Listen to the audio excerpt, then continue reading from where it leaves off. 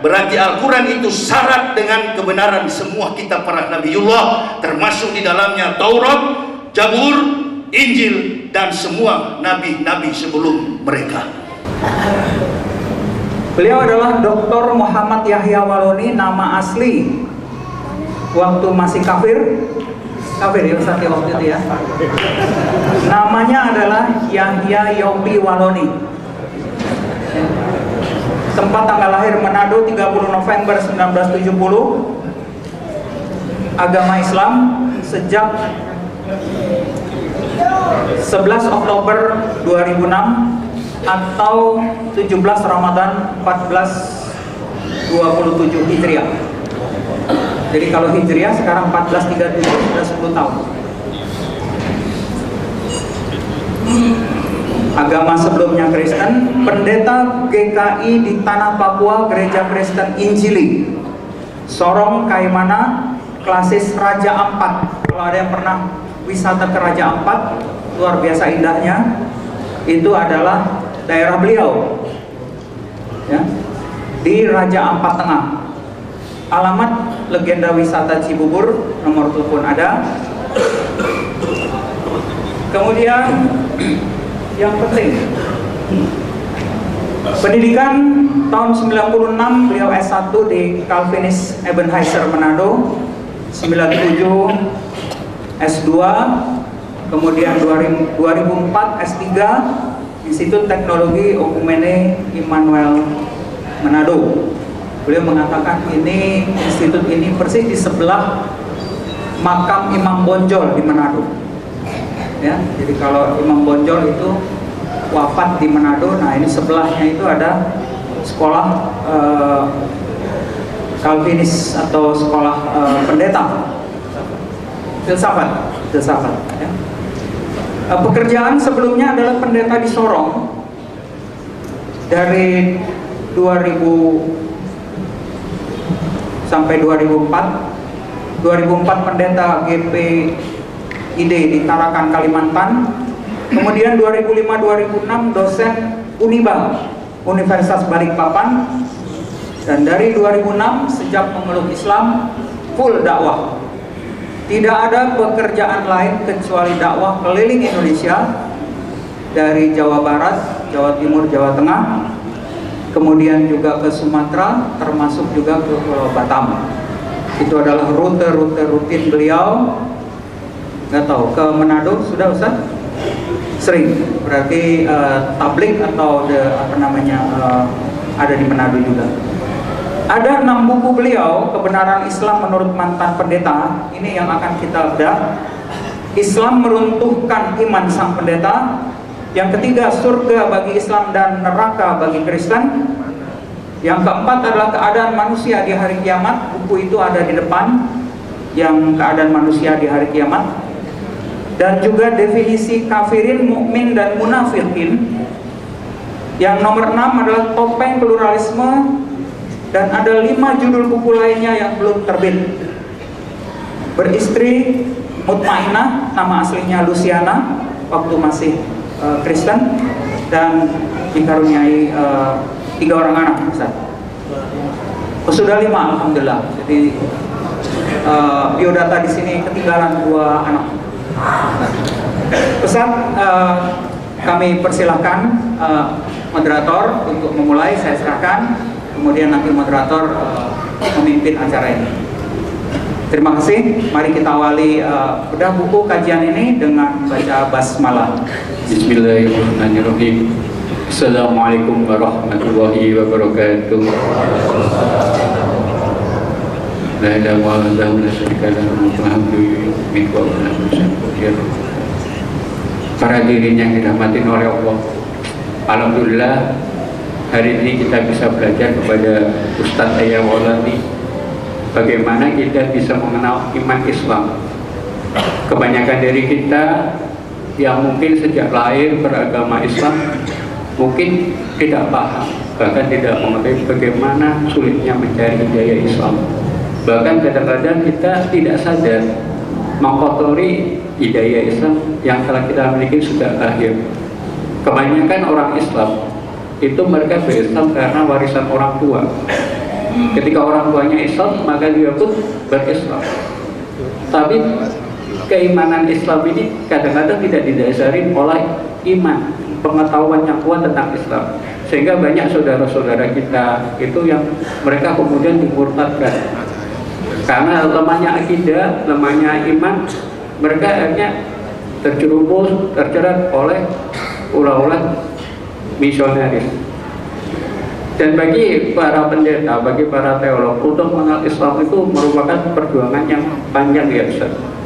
Insya Allah, bahkan ketika mereka masuk Islam, seperti Ustaz Yahya ini, saya sering membaca literatur Ustaz, perjalanan dakwah Ustaz, itu dianggap sebagai orang yang gila. Masuk Islam kok dianggap orang yang gila. Karena apa? Karena beliau menjadi tidak percaya terhadap doktrin iman Kristen yang dipelajari. Ustaz Yahya ini selalu mengatakan bahwa doktrin iman ketuhanan Yesus itu sebenarnya ada sebuah doktrin yang dipaksakan secara logika. Mustahil seorang manusia dijadikan Tuhan. Kebetulan mungkin saya dengan Ustaz mempelajari teologi yang berbeda Ustaz.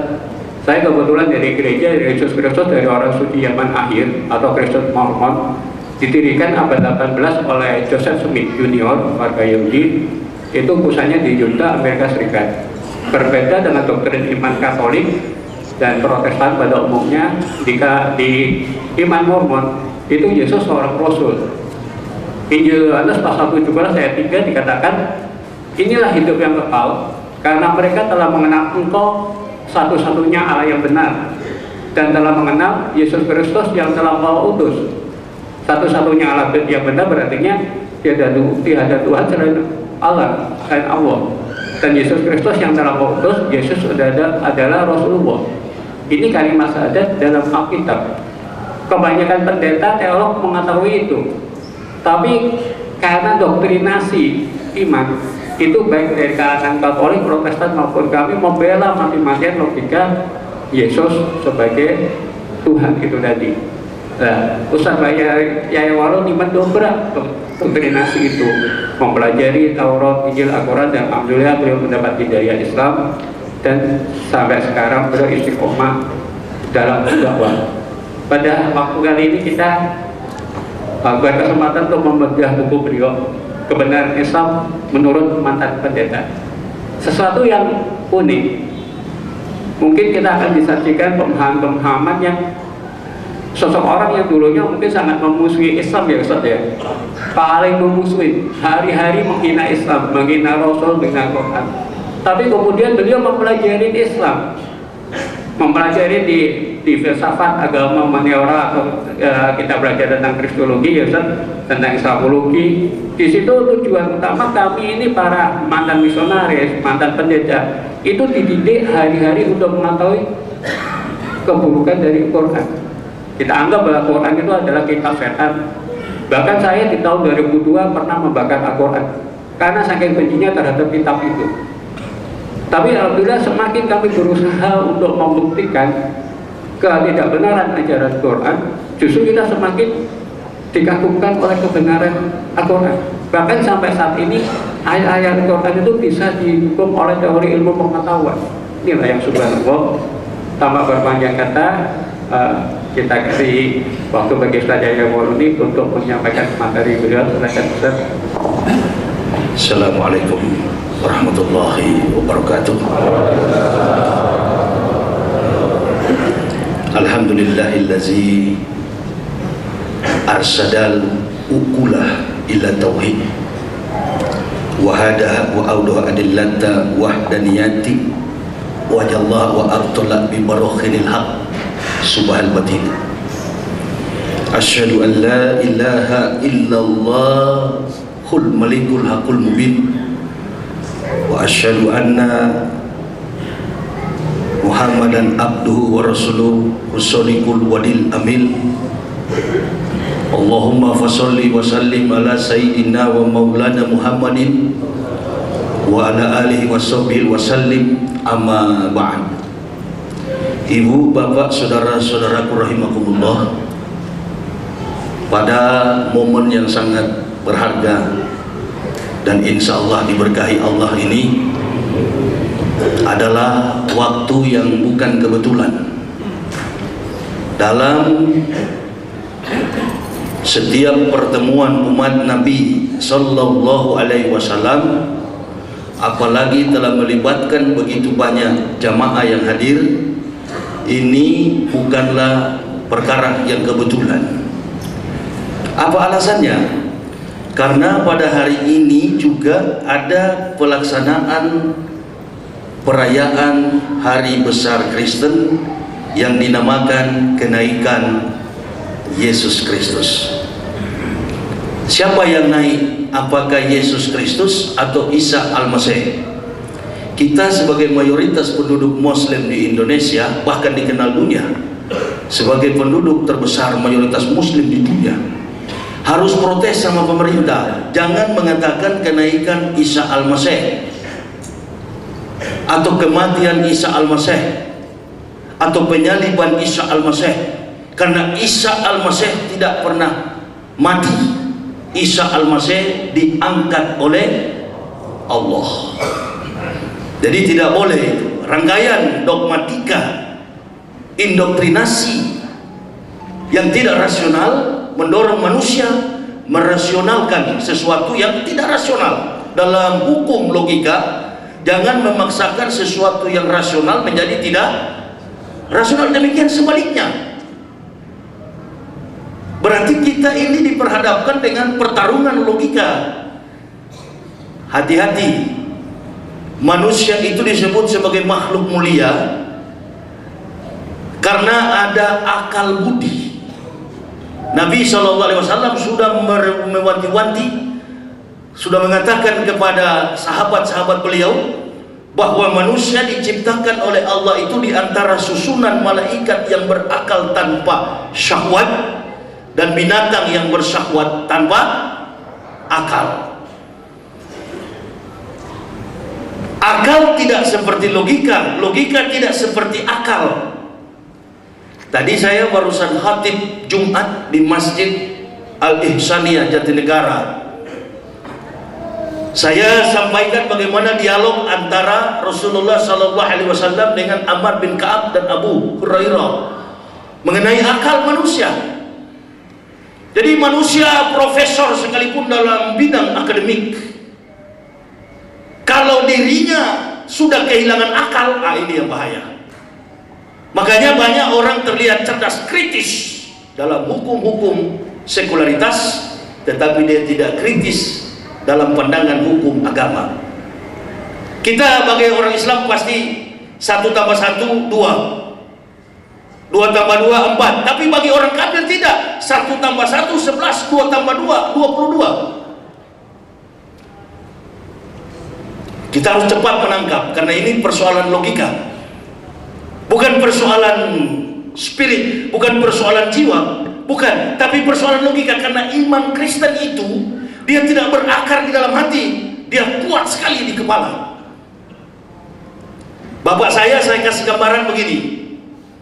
Saya orang Manado, saya bilang sama ayah saya waktu saya Islamkan beliau, karena ayah saya ini orang yang arogan. Kenapa saya sebut arogan?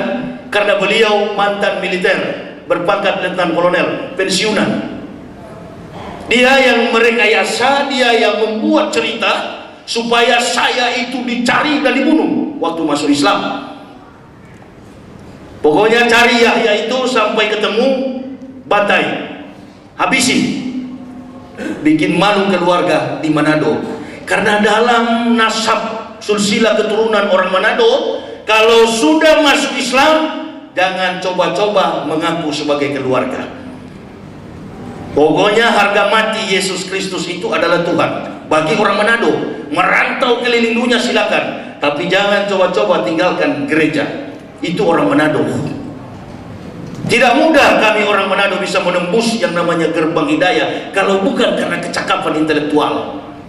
Mana ada orang bodoh bisa masuk Islam.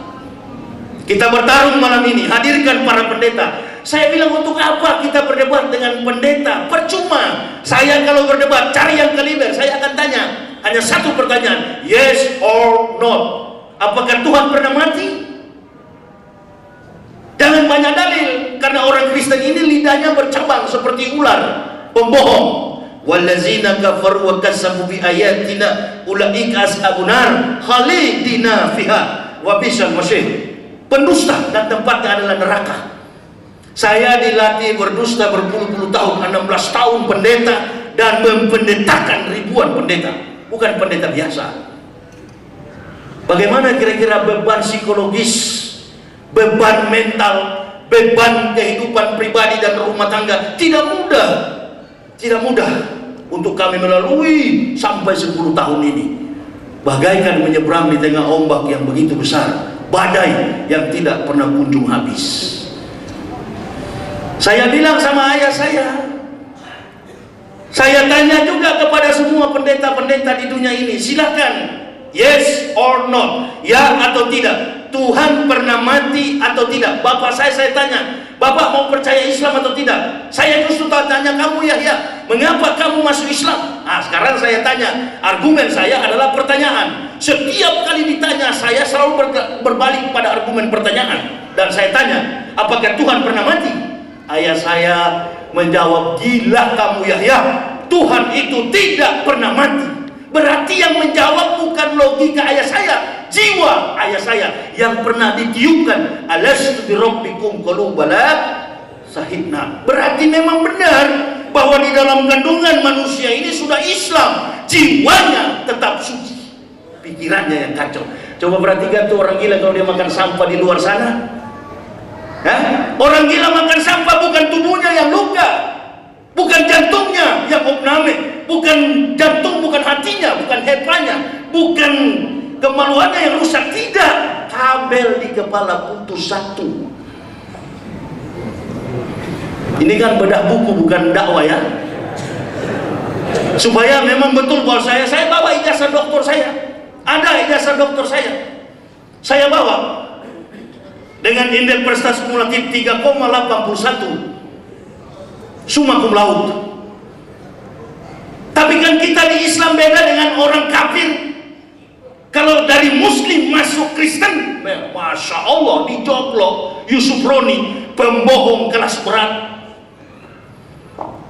Tentang Yusuf Roni, mengaku yuri musabakah tilawatil Quran, mengaku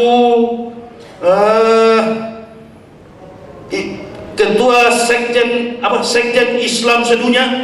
Ternyata Yusuf Roni pengakuannya berakhir dengan 8 tahun penjara, dianggap subversi, pelanggaran hukum karena mengada-ada. Masya Allah, memang kalau orang yang murtad itu banyak berbohong, tapi mudah-mudahan saya dengan Sutiono insya Allah tidak berbohong. Amin. Tidak berani saya, ngapain, apa untungnya kalau hanya materi yang kita cari. Saya beda dengan beliau. Dalam sistematika gereja ada congregation, ada presbyterial synodal. Congregation ini adalah gereja dari nenek moyangnya sampai cucu cicitnya, bisa jadi pendeta biar buta huruf. Tapi kalau gereja presbyterial synodal yang pusatnya di ekspor Jerman, itu tidak sembarang, dia harus kuliah sekolah tinggi teologi 5 tahun, kemudian mencapai jenjang vikariat 2 tahun, dan barulah dia ditahbiskan dengan menggunakan bahasa Ibrani yang hanya satu pendeta insya Allah di dunia ini, di Indonesia yang tahu. Sebenarnya 3, tapi 2 sudah mati sekarang di neraka, tinggal saya masih hidup. Saya mau tanya, pendeta mana? Apa metodologi orang memberkati pendeta? Bahasanya apa? Adonai yismorka mikolra yesemor et napseta mikolra. Adonai yismorka ka ufoeka me'ata we'at olamim.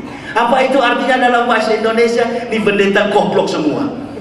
Apa artinya itu? Adonai yismorka mikolra yesemor et napseta mikolra. Ya Tuhan, Adonai adalah Tuhan, El atau Pantoy atau Elohim itu adalah Allah. Makanya Yahudi tidak, tadi Mormon, gereja Mormon itu adalah gereja yang mengakui perjanjian lama, Old Testament. Betul? Perjanjian baru ini yang bikin rusak otak manusia. Ya? Kalau kita sadar benar bahwa kelanjutan serial agama Nabi Isa adalah Islam. Saya bilang tadi, kalau saya mau masuk Islam, mau jadi ustadz supaya sekali ceramah dapat amplop, saya kira saya rugi sekali. Saya sudah mewisudahkan ribuan pendeta dan ini dokumen saya. Silakan orang Kristen fitnah di internet, tapi saya punya fakta. Saya tidak bawa lari uang dari sana. Yang saya bawa lari adalah dokumen-dokumen pribadi, karena saya tahu persis pasti akan difitnah di kemudian hari. Hanya ini yang saya bawa lari, merantau ke Jakarta bersama istri dan 3 orang anak, tanpa pernah meminta-minta imbalan dari siapapun. Membangun kehidupan keluarga Islami. Kemungkinan besar kalau saya masuk Islam cuma sendiri, barangkali langkah kaki saya ini sudah di Eropa, bukan di Indonesia. Tapi bagaimana saya baru mau belajar Al-Quran 1 ayat, anak sudah berteriak, "Pak, makan." "Pak, bagaimana sekolah kami?" "Ku anfusakum wa ahlikum naro."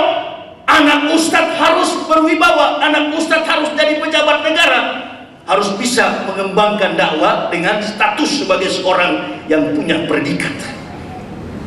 Nah, jadi saya bilang sama ayah saya, kalau Tuhan tidak mati, dia bersumpah, "Gila kamu Yahya, masa Tuhan mati?" Saya tanya, "Bapak percaya Yesus Tuhan?" Sampai hari ini Yesus adalah Tuhan saya. Sekarang saya mau tanya, Yesus pernah mati nggak? Nah, ini sekap mati. Kalau orang main catur, main catur pakai metodenya Anatoly Karpov, itu sudah ketahuan mati langka. Sekarang saya tanya, Tuhan pernah? Coba orang yang debat itu begitu bertanya. Zakir Naik, William Kimball tanya begitu, nggak perlu membanding-bandingkan ayat. Sementara yang dibanding-bandingkan ini hanyalah kulit daripada the Holy Bible, yang sebenarnya lawan debat dengan yang berdebat sama-sama tidak mengerti sistematika rumus teologi Kristen yang mengandung banyak sekali filsafat Stoa ala panteistis.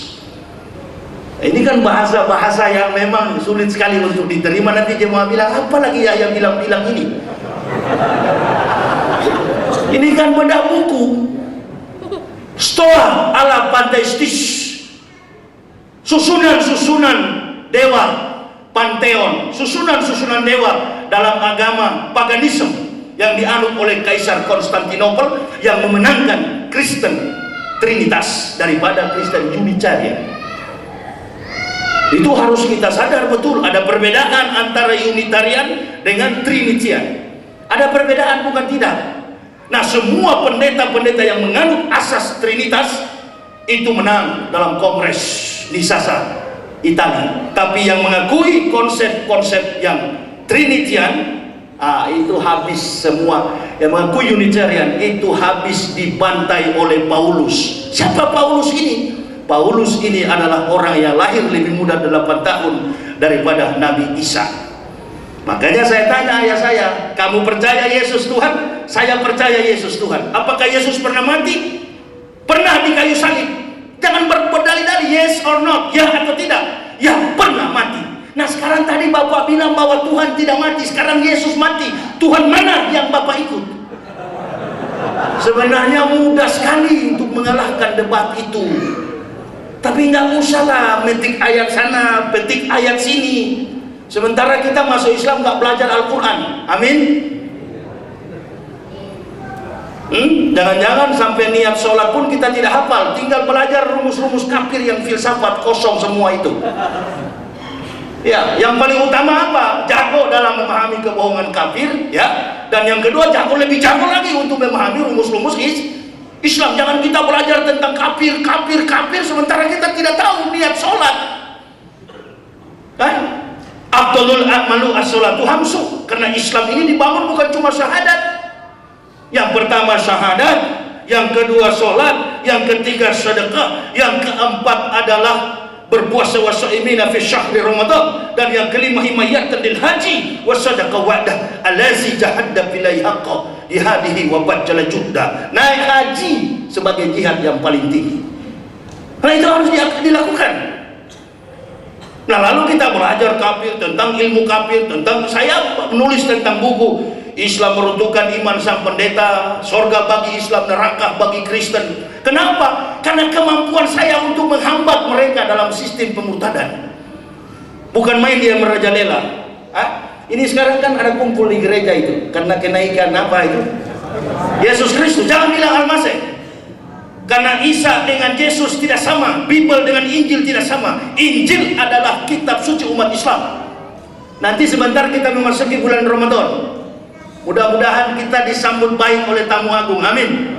Artinya masih ada umur panjang. Ramadan pertama itu diturunkan suhuf Ibrahim.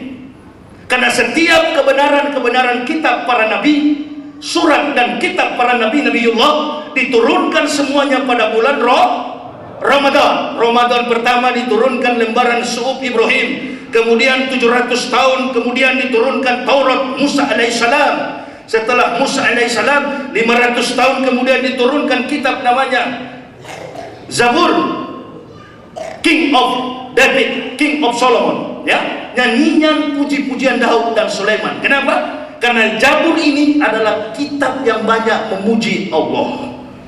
Itu disebut dalam bahasa Ibrani-nya Mezmor El-Hadbar. Mezmor, atau dalam kitab Kristen sekarang Mazmur Daud. Nah, itu yang kita sebut Zabur. Nah, itu setelah Taurat 500 tahun Zabur, dan setelah Zabur 1200 tahun kemudian diturunkanlah kitab yang namanya Injil. Malam ke-18 Injil, malam ke-12 adalah Zabur, dan malam ke-27 Syahrul Ramadana lazi unsila fihil Quran hudal linnasi wa bainatin minal huda wal furqan. Diturunkan yang namanya kitab paripurna, kitab penyempurna, Al-Quran Nur Karim. Itu yang kita pakai sekarang. Berarti Al-Quran itu syarat dengan kebenaran semua kitab para Nabiullah, termasuk di dalamnya Taurat, Zabur, Injil, dan semua nabi-nabi sebelum mereka. Jadi tidak akan ada. Tadi saya tanya di Masjid Jatinegara, ada berapa jumlah nabi di dalam Islam? 25. Masya Allah. Saya bilang ini berarti nggak pernah ikut mengaji sama kiai-kiai. Nabi di dalam Islam bukan 25. 25 wajib diketahui. Nabi di dalam Islam adalah 124.000 nabi. Sekali lagi, jumlah nabi dalam Islam adalah 124.000 nabi. Sedangkan 25 nabi ini kepala-kepala dinas. Saya tidak bisa gambarkan DKI karena itu yang pimpin kafir, Ahok. Ya, tidak boleh pilih Ahok ini, orang-orang Islam. Itu di Metro TV tadi malam saya lihat ada perempuan muda, pokoknya saya fight memenangkan Ahok. Betul tadi yang dikatakan Sutiono. Kadangkala kita jual Islam. Masya Allah. Rasulullah mengatakan al-Islamu ya'lu wala yu'la alaihi. Dari sudut pandang ekselensi, Islam adalah agama yang tinggi. Datang di Indonesia, buku Muhammad Abduh, al-Islamu wala yu. Tapi al-Islamu mahjubun bil muslimin, dirusak oleh orang Islam sendiri. Ahok sudah berhasil memecah belah orang Islam. Ahok sudah berhasil memecah belah orang Islam. Ini perempuan muda, dia bilang pokoknya saya fight untuk Ahok. Betul, memang pejabat-pejabat muslim yang dulu tidak amanah. Betul, tidak salah itu. Kita sudah tahu semua. Tetapi ingat, dalam surah Al-Maidah itu tidak boleh la tatabisu kafirin. Tidak bisa mengangkat orang kafir menjadi pemimpin. Nah, ini kesalahan besar. Mereka tidak tahu. Coba tolong cari kandidat Islam siapa yang melawan Ahok, suruh ketemu saya. Saya insya Allah saya menangkan di DKI. Saya menangkan insya Allah. Bikin tablik akbar besar-besaran, pembicaranya saya, karena kebetulan saya juga orator.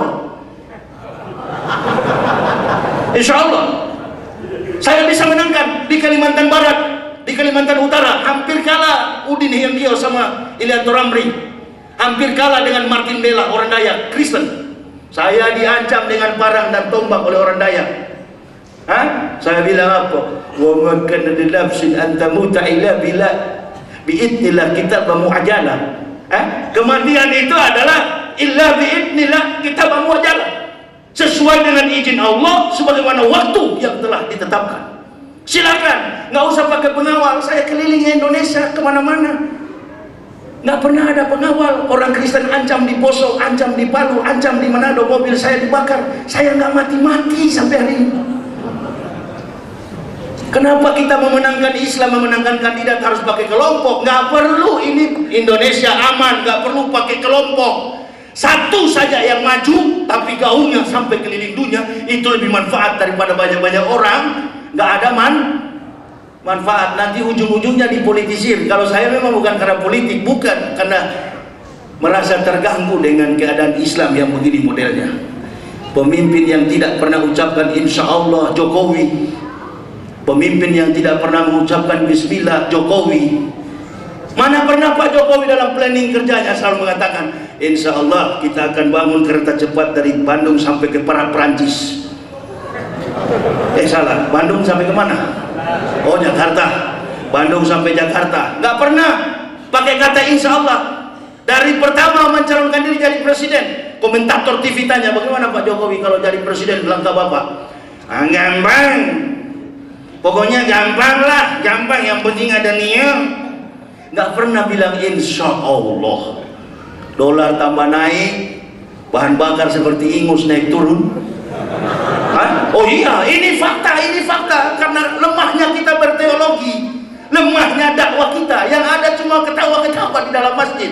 Ustadz, orang-orang yang belum layak disebut ustadz sudah diangkat di televisi. Yang mengupas Al-Quran dengan translate-nya, terjemahnya, sudah dipanggil Kiai Nurkolis. Siapa itu?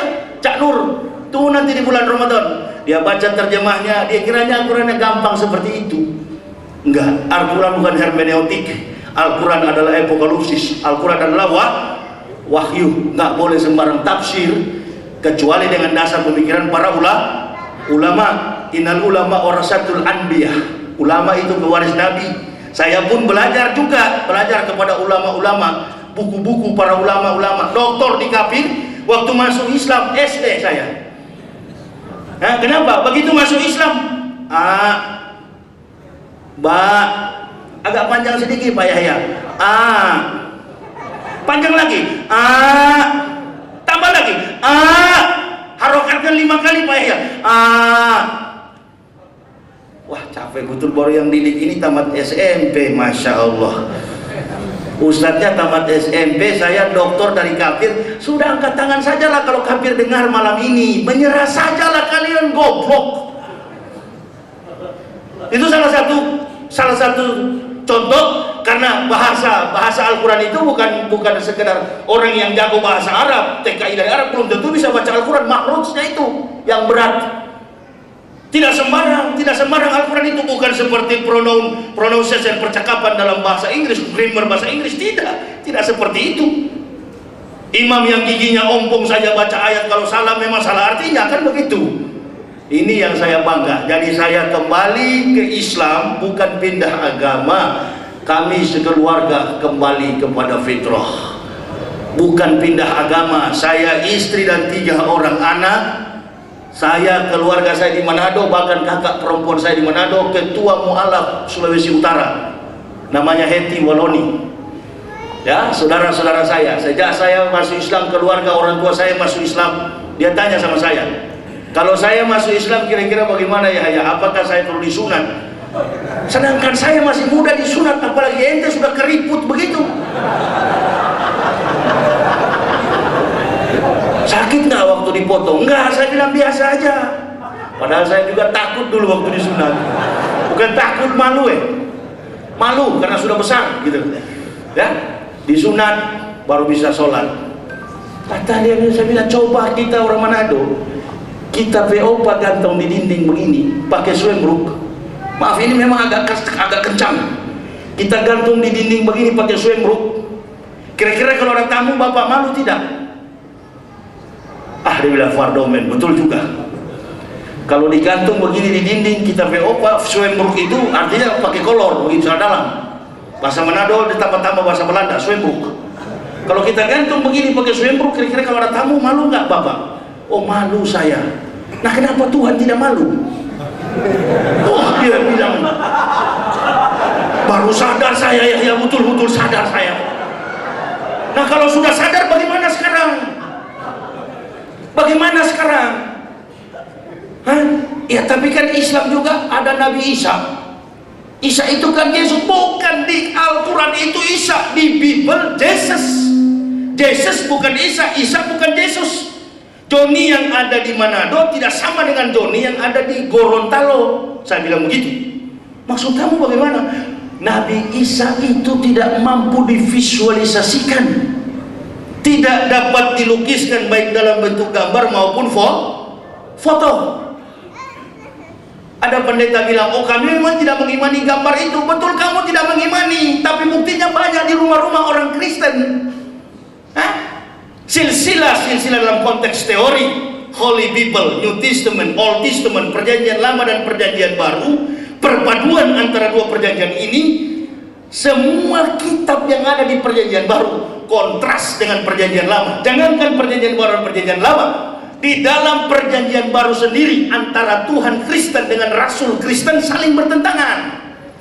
Artinya antara surat perjanjian 14 surat epistel Pauli, surat-surat kiriman Paulus 14 surat, dengan surat-surat yang ada diucapkan mengatasnamakan Yesus, itu sangat kontradiktif, sangat bertentangan dan tidak rasional, jauh sekali dari jalur logika. Bahkan begini, dikisahkan di dalam buku saya itu, Sutiono, coba lihat bahwa Yesus mati pada jam 9 pagi di kayu salib, begitu kan? Dia tergantung di kayu salib pada jam 9 pagi. Pada waktu dia tergantung di kayu salib, katanya bumi terbelah dua, kemudian orang-orang suci bangkit dari dalam kubur. Nah, saya curiga nih orang suci satu yang lolos ke Indonesia, jangan-jangan beliau ini. Enggak, karena tadi kan gereja suci. Enggak apa-apa Pak, enggak apa-apa dengan Isa ini. Kita lewati dikit, enggak apa-apa. Allah tahu kita sedang membagi ilmu dasar, apa hadisnya ada itu. Saya kebetulan belajar banyak ilmu juga, insya Allah. Enggak apa-apa, 5 menit lagi. Ya, tunggu saya kasih putus dulu acara satu ini ya, kalimat saya ini. Kemudian, tanah terbelah dua, orang suci bangkit dari kubur. Nah, sekarang saya pernah ke Yerusalem.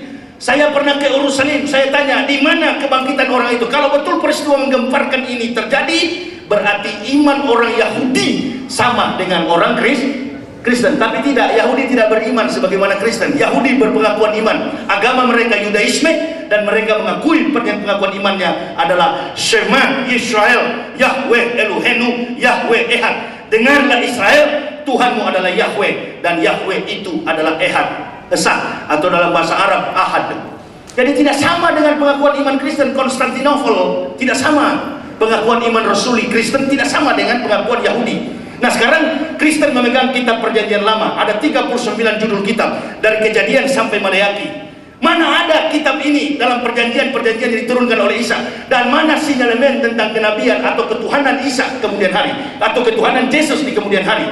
Jangankan ketuhanan Isa, ketuhanan Yesus pun tidak pernah tercatat dalam perjanjian lama. Dari mana spekulasi filsafat ini? Semua bermuatan daripada 14 surat kiriman Paulus. Kita lanjutkan setelah Isa. Assalamualaikum. Assalamualaikum warahmatullahi wabarakatuh. Alhamdulillah, saat ini kita menginjak ke tahapan kedua dari bedah buku Ustadz Yahya Waloni, Kebenaran Islam menurut mantan pendeta. Sebelum Ustadz melanjutkan materinya, saya ingin memberikan sedikit intisari dari apa yang kita sampaikan, yang telah disampaikan oleh Ustadz di sesi pertama tadi. Nanti akan sekitar jam 20 lebih 20 menit akan ada sesi diskusi tanya jawab. Jadi bagi jamaah yang ingin bertanya tentang kebenaran Islam, tentang kesalahan doktrin Kristen, nanti kita kasih waktu di sesi diskusi.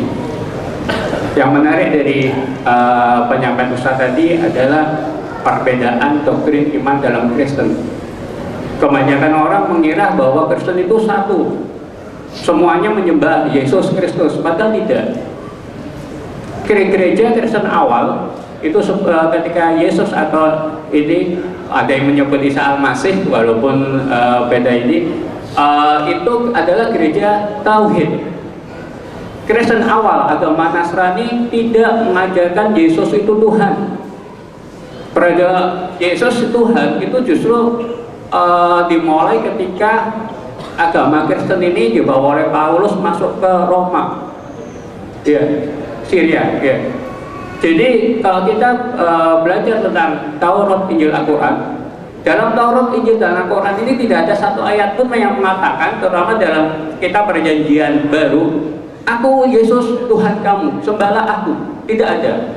Yang ada adalah berapa kali Yesus mengatakan, "Dengarlah hai orang-orang Israel, Tuhan itu esa, Tuhan itu Allah. Kasihlah Allah dengan segenap hatimu, dengan segenap jiwamu, dan segenap akal budimu." Jadi Yesus Kristus sendiri mengajarkan kepada umatnya bahwa Tuhan itu Allah, la ilaha illallah. Yesus terutama tentang kesaksian tentang dirinya sendiri di Injil Yohanes banyak menyatakan bahwa dirinya hanyalah seorang rasul, ya Ustaz ya, utusan Allah. Tapi logika Paulus dengan gereja Katoliknya ini, mereka kemudian menuhankan Yesus dari berapa konsili itu, terutama di konsili Nisea. Kebetulan saya dibesarkan oleh doktrin iman Kristen Unitarian. Tadi kalau Athanasius itu mengajarkan bahwa Allah Bapa, Yesus Kristus, dan Roh Kudus itu satu pribadi. Jadi Allah ya Yesus itu. Tapi kami dari Kristen Unitarian dididik bahwa Allah Bapa, Yesus, dan Roh Kudus ada tiga pribadi yang berbeda, cuma satu tujuan. Buktinya apa? Ketika Yesus dibaptis oleh Yohanes Pembaptis, itu dalam kisahnya itu ada suara dari surga, "Inilah anakku yang kukasih, ikutlah dia." Kemudian ada burung merpati di langit, sedangkan Yesus dengan Yohanes Pembaptis di kolam air. Jadi suara tadi menceritakan Allah Bapa, Yesus Kristus ada di kolam, dan burung merpati melambangkan Roh Kudus. Cuma mereka satu tujuan. Jadi jangankan orang Islam, jangankan orang Yahudi yang mereka pada dasarnya imannya iman monoteisme, kami dari Unitarian itu selalu mafkurat aneh untuk ideologi Katolik itu. Kenapa 3 sama dengan 1? Tidak logis. Makanya setiap saya mendengarkan ceramah Ustadz selalu membahas itu ketidaklogikahan orang-orang Katolik. Saya sendiri di Mormon diajarkan bahwa hampir sama dengan Islam. Tuhan itu sah, la ilaha illallah. Di Mormon tidak diyakini tentang dosa waris. Kalau Katolik mengatakan Yesus itu disalib untuk menebus dosa manusia. Manusia pada ketika dia masuk di dalam surga, Nabi Adam itu memakan buah kulti. Nah, dia kemudian diturunkan oleh Allah dari surga ke dunia, sehingga sejak lahir manusia itu berdosa. Barang siapa yang ingin masuk surga, maka dia harus meyakini Yesus sebagai penebus dosa, menuhankan Yesus. Itu bagi kami orang Unitarian tidak masuk akal. Yesus kok pernah mati 3 hari? Selama Yesus mati, ngapain dunia ini? Bayangkan sedetik saja tanpa adanya keberadaan Allah, dunia niscaya musnah. Kemudian doktrin Unitarian mengatakan bahwa semua manusia bertanggung jawab atas dosanya sendiri. Cuma dalam politik gereja pada saat itu, Raja Konstantin Agung memenangkan doktrin Athanasius, sehingga orang-orang dari Arianisme dibunuh semua. Kitab-kitab Injil yang menyatakan bahwa Kristen itu tauhid dihapus, dibakar. Sehingga sampai sekarang mulai kita temukan bukti-bukti sejarah, ada Injil beberapa kitab Injil Laut Mati, Injil Barnabas, dan Injil yang lain yang mereka ini justru mengungkapkan tentang ketuhanan Yesus. Nah, pada saat ini yang patut diwaspadai, orang mabuk pun kalau kita suruh masuk Kristen, mereka akan ngomong, janganlah itu masuk neraka kalau menyembah Yesus, itu orang mabuk, apalagi kita. Saat ini orang sangat sulit untuk diajak menyembah Yesus karena mereka tahu Tuhan itu adalah Allah, bukan Yesus.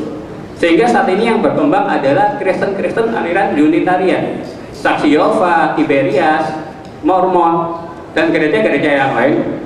Sekitar 3 tahun yang lalu ya Pak Ardin, saya pernah mengisi kajian di sini tentang bagaimana membongkar strategi pemurtadan berbentuk Islam. Jadi yang sengaja diutamakan itu sekarang persamaan tadi. Saya ketika memurtadkan orang Islam, saya tidak pakai logika, pakai Injil. Saya selalu mau mulai dari pertanyaan persamaan antara saya dengan orang Islam, sama-sama tauhid, sama-sama menolak dosa waris, kemudian akidahnya. Dan di sini di Bintaro termasuk daerah yang banyak daerah-daerah yang lawan pemurtadan. Nah, mungkin di sini kita bisa belajar kepada Ustadz Yahya Waloni bagaimana mempertahankan iman kita, mempertahankan keluarga kita. Karena apa? Karena saat ini metode misionaris itu sangat luar biasa.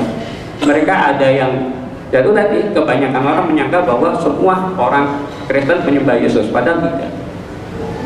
Mereka menggunakan Quran, ayat Quran dipelesetkan sedemikian rupa supaya orang Islam itu masuk Kristen. Bahkan sekarang target misionaris tidak perlu mengkristenkan orang. Biarkanlah dia tetap Islam, tapi pemikirannya dibelah. Biarkanlah dia tetap Islam, tapi membenci Rasulullah.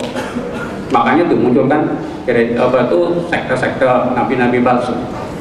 Nah, di sini kita kasih kesempatan lagi kepada Ustadz untuk menyampaikan materinya, dan semoga materi yang disampaikan oleh Ustadz ini mampu mempertebat iman kita, bagaimana kita bisa menyelamatkan keluarga kita dari upaya misionaris dan menyelamatkan saudara kita sesama muslim. Ya, silakan Ustadz. Assalamualaikum warahmatullahi wabarakatuh. Bapak, Ibu, saudara-saudaraku, saya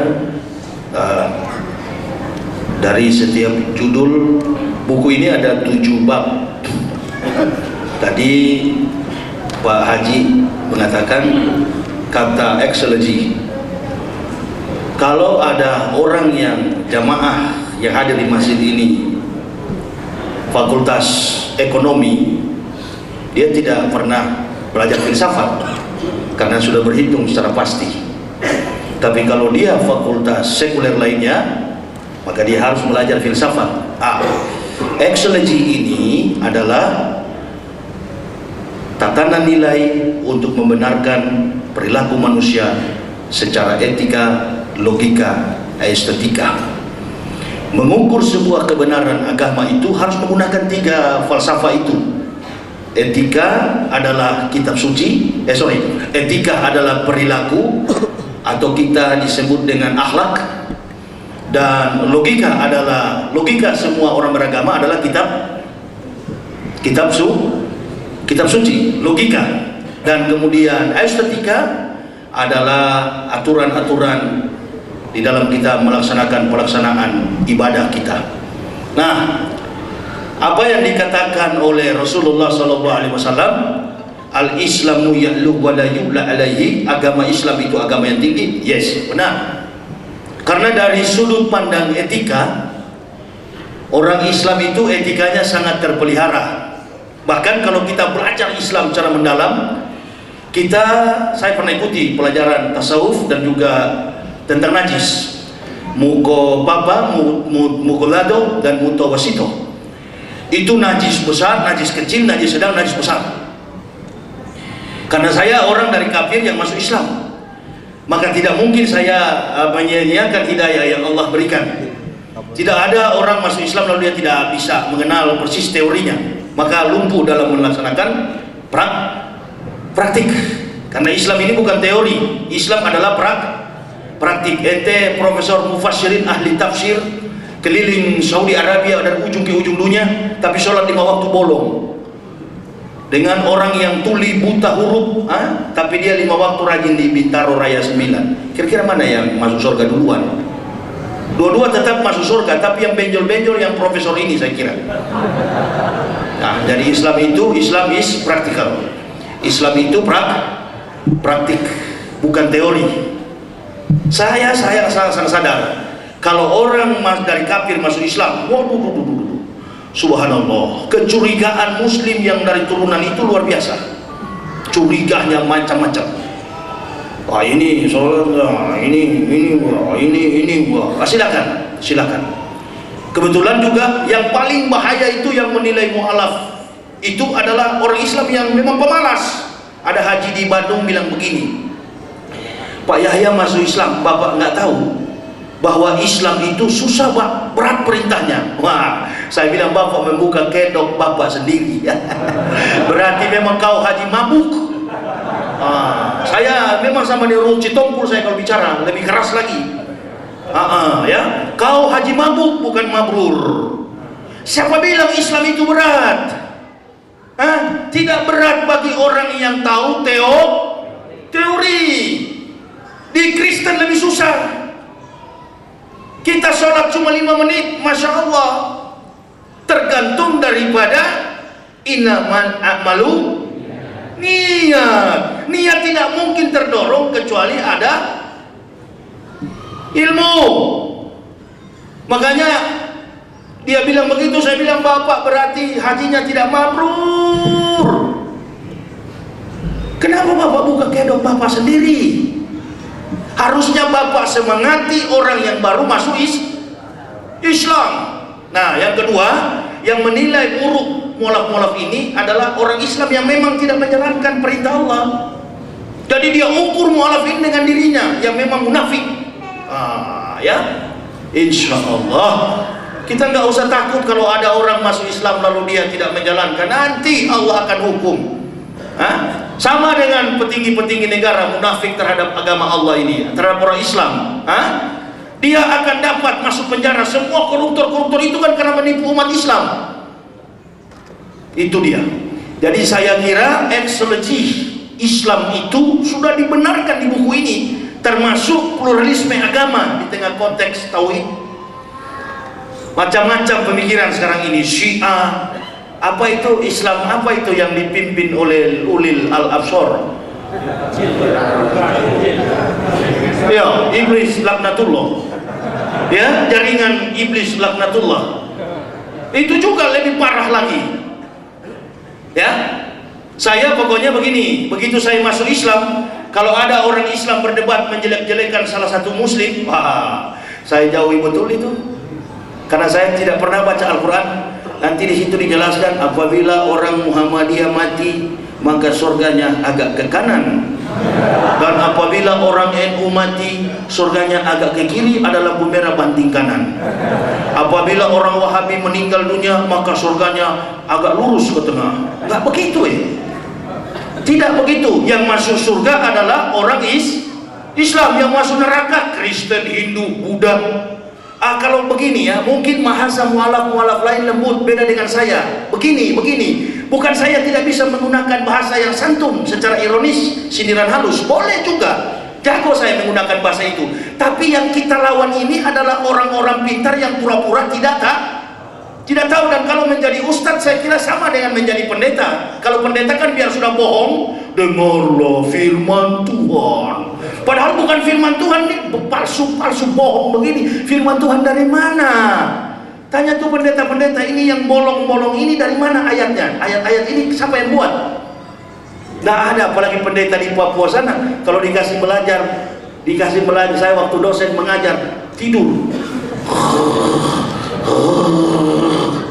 Orang Papua tidur, sementara mengajar dia makan pinang. Bagaimana dia mengerti? Tidak, omong kosong. Mason Aviation Fellowship, maaf, dia ke sana bukan menginjil, tetapi dia mengincar di mana ada titik-titik harta kekayaan emas. Jadi bohong semua itu penginjilan itu. Kitab suci Kristen juga bukan Injil. Kitab suci Kristen itu adalah spekulasi filsafat Paulus. Makanya kalau mau melawan kitab argumen Kristen, kita harus tajam dalam pemahaman filsafat. Semua doktrin-doktrin Kristen itu berbau filsafat. Saya kasih contoh yang dikatakan Stiono tadi, bahwa Yesus dalam Matius 23:9 pernah mengatakan, jangan seorang pun di dunia ini kamu panggil Bapa. Ada dalam buku ini lengkap. Jangan seorang pun di dunia ini kamu panggil Bapa. Hanya satu Bapamu, yaitu Dia yang di surga. Menurut Kristen Tuhan itu di surga, menurut Islam Tuhan itu ars, ada di ars, di tempat yang maha tinggi, al-ali. Nah, kalau kita bertanya kepada orang Kristen, bahwa di situ dalam makna teologi Kristen, Bapa itu artinya Tuhan. Tadi beliau sudah mengatakan bahwa Yesus adalah Allah, Allah adalah Yesus, dan Yesus adalah Ruh. Begitu kan? Bapa, Anak, dan Roh Kudus. Tapi iklannya sudah dihapus sejak saya masuk Islam, karena saya bilang kayak iklan sampo 3 in 1. 3 di dalam satu, 1 di dalam 3. Nah, saya pengalaman pendeta 16 tahun, saya sering kuburkan orang mati, orang Kristen mati. Tanah kembali kepada tanah, debu kembali kepada debu. Sesungguhnya Yesus adalah kebangkitan dan hidup. Betul. Tanah kembali pada tanah, debu kembali kepada debu, tubuh pulang kepada tanah. Lalu ruhnya kemana? Nah, ruh ini pulang kemana? Sampai gundul tuh dosen-dosen di seminari filsafat Pineleng Manado sampai di dunia ini. Kalau tanya begitu, ruh pulang kemana? Ruh pulang kemana? Tanjung Priuk. Pulang ke Tanjung Priuk. Ruh itu pulang kemana? Harusnya seperti orang Islam. Inna lillahi wa inna ilaihi rajiun. Segala yang diciptakan Allah akan pulang kepada Allah. Nah, saya kira pandangan dasar-dasar teologi Islam. Islam juga semua agama ada teologinya, theos and logos. Semua agama punya dasar-dasar teologi. Kenapa? Karena setiap agama punya kitab suci. Theos adalah Tuhan, logos itu adalah perkataan Tuhan atau firman. Nah, harus dibuktikan secara eksologi. Nah, kemudian secara etika, orang datang ke masjid tidak boleh masuk masjid tanpa wudhu bersih. Tapi kalau di Kristen, biar pendeta tidak mandi junub, bisa khotbah. Hadas besar, dia tidak mandi hadas besar, tidak mandi junub, bisa khotbah. Bisa khotbah hari Minggu. Bahkan sisa-sisa dari perjamuan suci itu, anggur kolesom yang kadar alkoholnya 5%, habis dibabat sama pendeta dan majelis gereja. Apalagi hari kenaikan Yesus begini, jemaat pulang, pendeta berdiam di belakang itu. Masih ada sisa. Sudah kita mabuk di sini. Oh, sudahlah, ini pengalaman. Nah, ini dedekotnya. Nah, Masya Allah, ini terlalu konyol orang bikin buku kebenaran Islam menurut mantan pendeta di tengah kompleksitas negara hukum seperti ini. Kalau bukan siapa saya tahu persis siapa diri saya, bukan orang lain. Makanya ada pendeta pembohong besar, Esra Sorow. Dia katanya panggil saya berdebat di Surabaya, saya lari. Kau sedangkan bahasa Indonesia saja putus-putus, apalagi melawan Yahya. Masya Allah, terlalu jauh, jangan kau. Kenapa saya masuk Islam? Bukannya ketua PGI, karena di sini kan mengatasnamakan PGI. Saya pendeta yang terdaftar pada PGI, Lampiran Gereja Kristen Injil di Tanah Papua, anggota Persekutuan Gereja-Gereja di Indonesia. Nama saya terdaftar, dan Profesor Dr. Yewango, ketua PGI dulu, Nathan Setiabudi, teman baik saya, itu tahu. Nanti sekarang baru saya tidak pakai sepatu. Nanti sekarang baru saya pakai jas di pinggiran jalan. Dulu, Masya Allah, wallahu bikulli syai'in alim. Allah tahu sekali bagaimana perjalanan hidup saya. Tapi saya walaupun pendeta, saya tidak pernah mengikuti kurang ajar pendeta-pendeta lain. Mereka berzina di hotel, saya tidak pernah ikuti. Makanya dari umur 24 tahun saya sudah memimpin sekolah tinggi teologi yang Calvinis. Kenapa? Karena prestasi. Artinya kesenangan apa? Saya punya teman baik, Gubernur Papua dulu, Dr. Randus Yap Salosa, teman baik saya. Kita pergi ke Jakarta, Hotel Indonesia, perempuan, sekarang dia sudah di neraka karena sudah mati. Masya Allah, Yap Salosa. Teis Eluai yang dulu mati tahun 2001, yang kuburkan Teis Eluai saya. Nah, di Papua sana uang dari Freeport, Masya Allah, kiri kanan muka belakang haram semua. Sudahlah, saya mau ceritakan. Lalu saya mau masuk Islam cari apa? Caci maki, fitnahan, umpatan dari orang-orang kafir. Masya Allah. Saya bilang sama istri anak, bumi tempat kita bergantung lenyap, langit tempat kita bergantung runtuh, bumi tempat kita berpijak lenyap. Sekali kita mengucapkan syahadat sampai mati kita tetap Islam. Allahu Akbar. Saya bilang sama istri, ini pegangan kita terakhir. Mau kemana kita? Mau kemana? Tinggal di Pulau Jawa, biar diputuskan nasab. Tidak apa-apa kita diputuskan nasab. Banyak keluarga, banyak saudara muslim. Amin.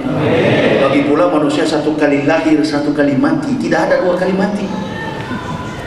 Masya Allah, mulai dari 2006 di masjid-masjid, hari Senin, hari Jumat, tanggal 25 di Jatinegara sudah dicatat oleh malaikat. Besok malam di Kebembem Kemayoran Maulud Nabi. Ada ini jadwal saya, Maulud Nabi. Subuh sebentar di Masjid Al-Ittihad Cibubur Permai. Jadi setiap hari malaikat catat, ya ada di sini, ada tempat masjid, masjid. Keterangan, ceramah. Jamaah yang senang, banyak. Masya Allah. Tapi kalau ustaz ceramah sama-sama muslim, salah begitu, salah begini, Allahu Akbar. Keterangan, banyak yang kecewa. Malaikat bilang, so ente waktu ceramah bagaimana dulu? Banyak sekali yang kecewa, ditampal. Ini artinya berhenti itu menjatuh-jatuhkan, menjustis sesama muslim. Salah satu Sutiono yang menyuburkan pemurtadan dan pendangkalan akidah di Indonesia adalah sama-sama ustadz saling menjustis. Awas, ini kafir monitor terus. Sana dia sudah saling menjelekkan. Ini bilang begini, ini bilang begitu. Awas.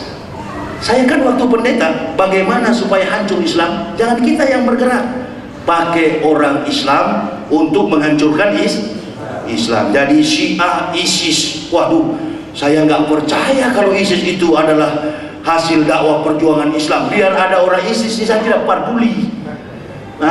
Saya tidak peduli, karena itu by the sign from Jews. Itu adalah buatan Yahudi, teroris dunia itu. Masya Allah, saya tidak pernah takut. Saya diancam-ancam orang Kristen, pernah di Medan, Kisaran, habis ceramah, dicungkil pintu hotel, 4 lawan 1. Batang hidung saya pun patah. Nggak ada pernah saya lapor FPI bela, umat Islam bela, nggak. Masuk Islam sendiri, dakwah sendiri, biar saja mati sendiri. Nggak usah bawa saudara muslim, nggak usah, mati sendiri.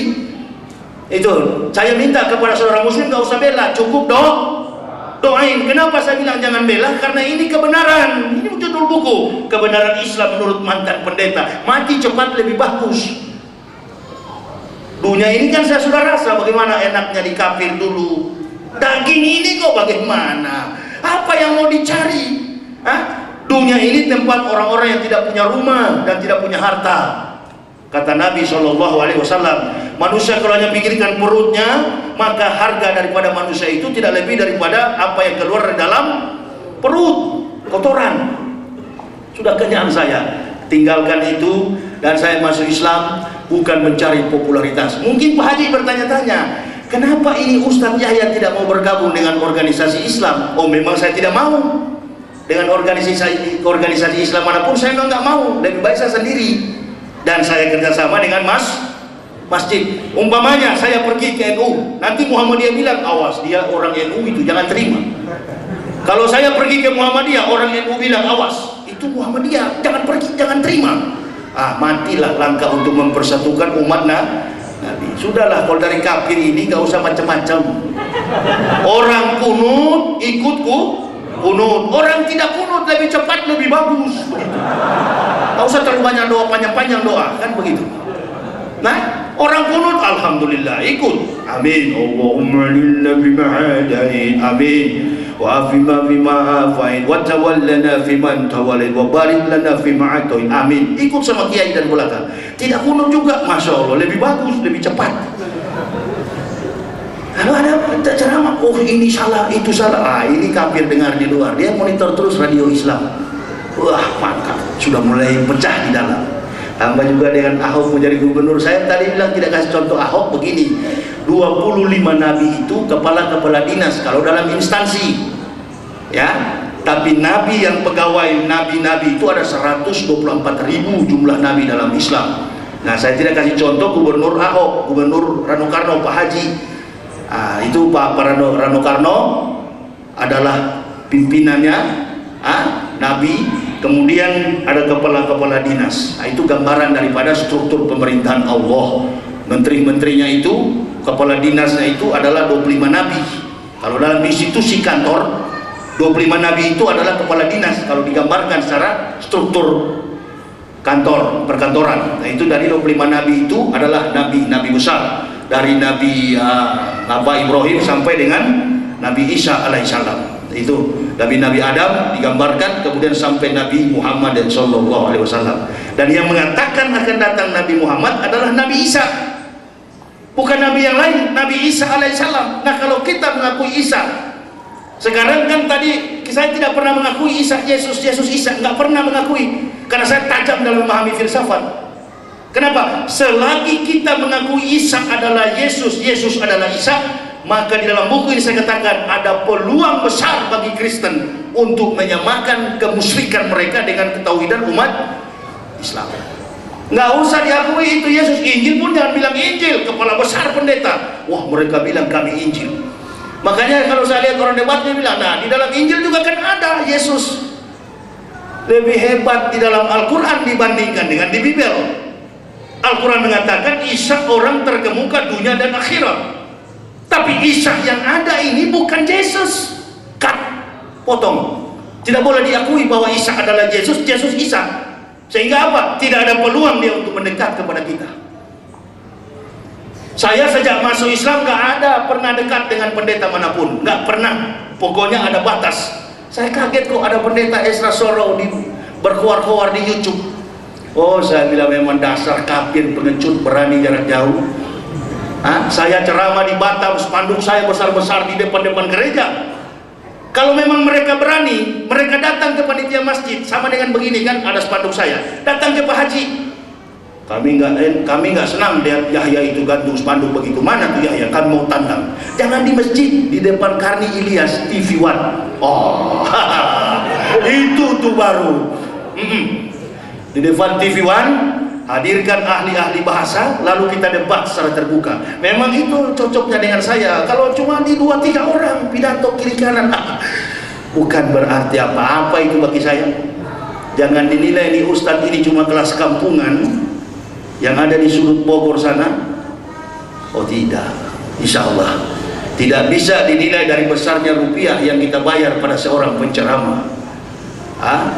Karena semua kesombongan sudah saya buang. Saya tidak lagi hidup dalam kesombongan, saya hidup dalam pengabdian kepada Allah Subhanahu wa Ta'ala.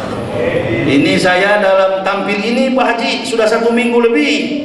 Saya tidak konsumsi nasi. Coba tanya istri saya sakit, menderita sakit. Satu keluarga kami sakit. Itu anak saya masih balita itu juga sakit. Dan saya belum pernah sembuh sampai sekarang. Tapi kok kenapa saya tidak makan nasi? Istri saya heran. Kok masih kuat, belum mati kamu Pak?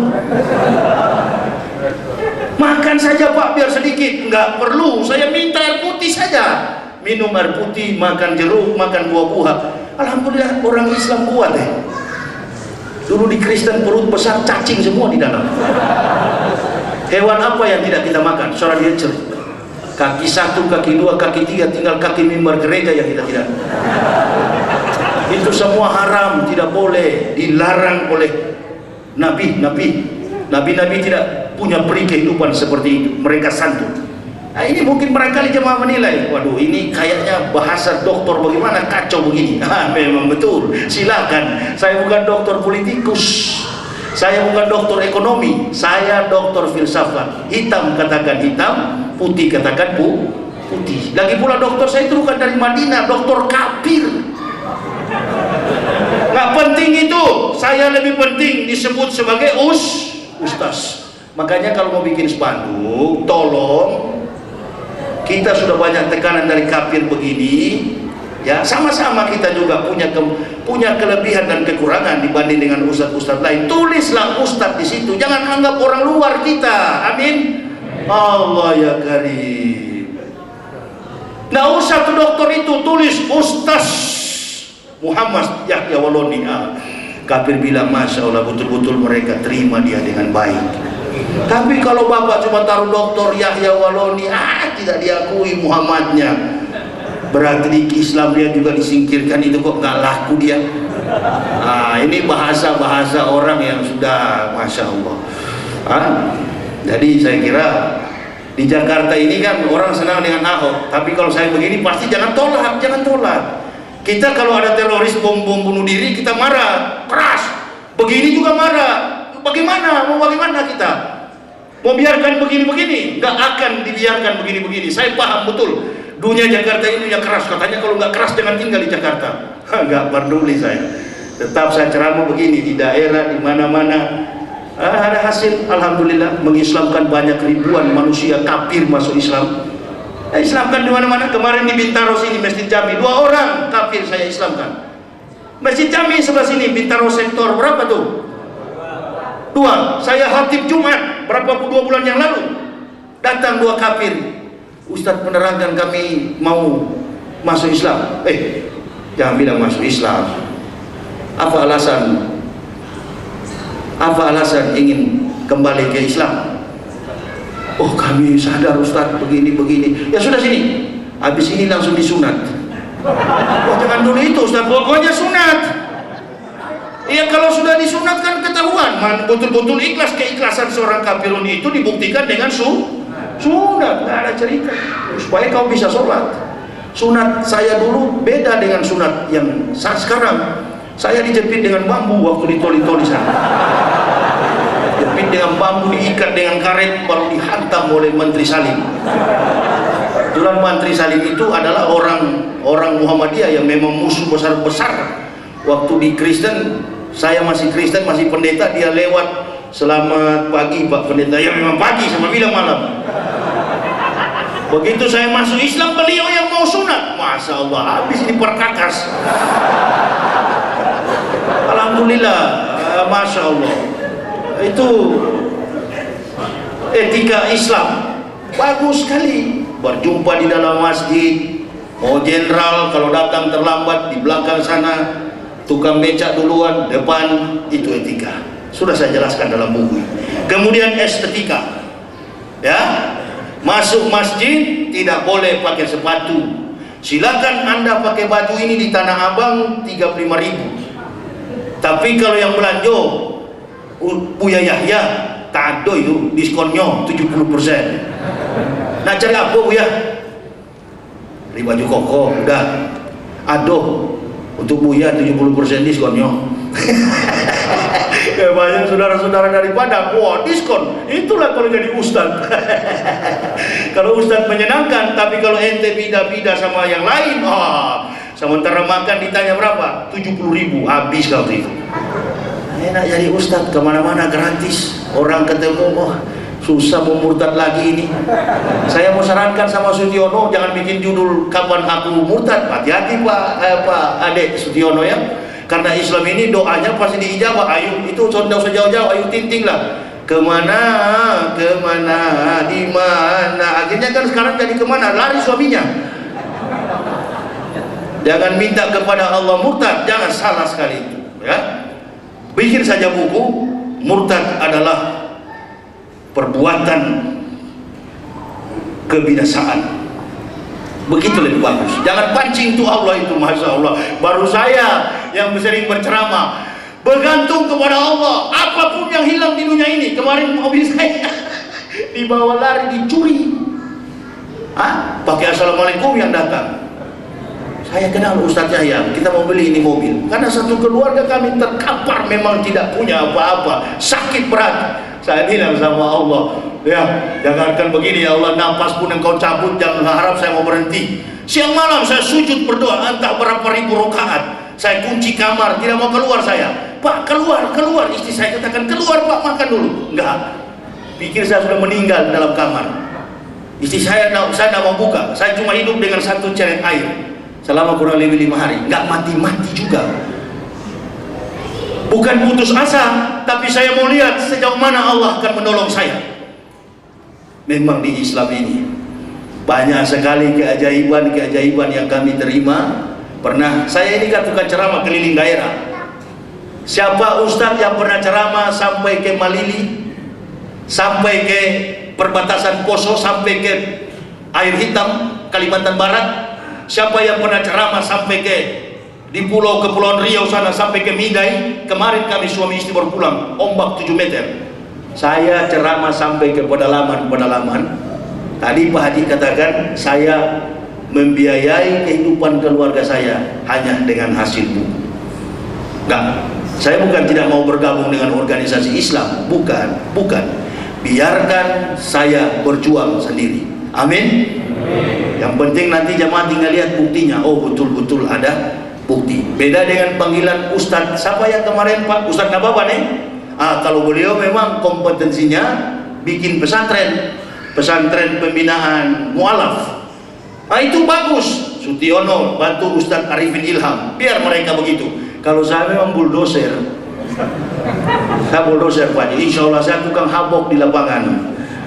Saya tukang bongkar di lapangan. Jadi nggak perlu saya bergabung dengan FPI atau dengan apapun, nggak perlu. Biar saya sendiri hantam di mana-mana, bikin kapir geger kepala.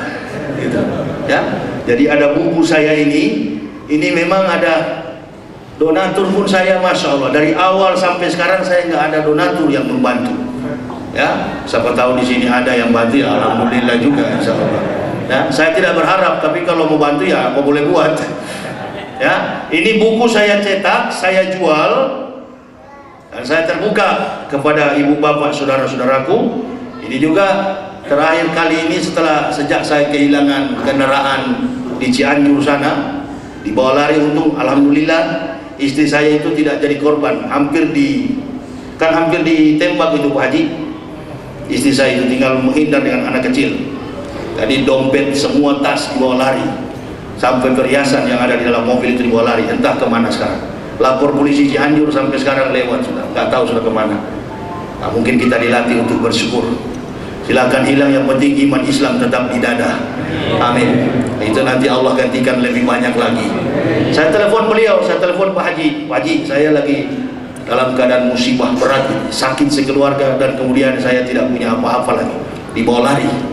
Harta perhiasan kami itu dibobol. Saya bilang biar aja, itu semua akan digantikan oleh Allah.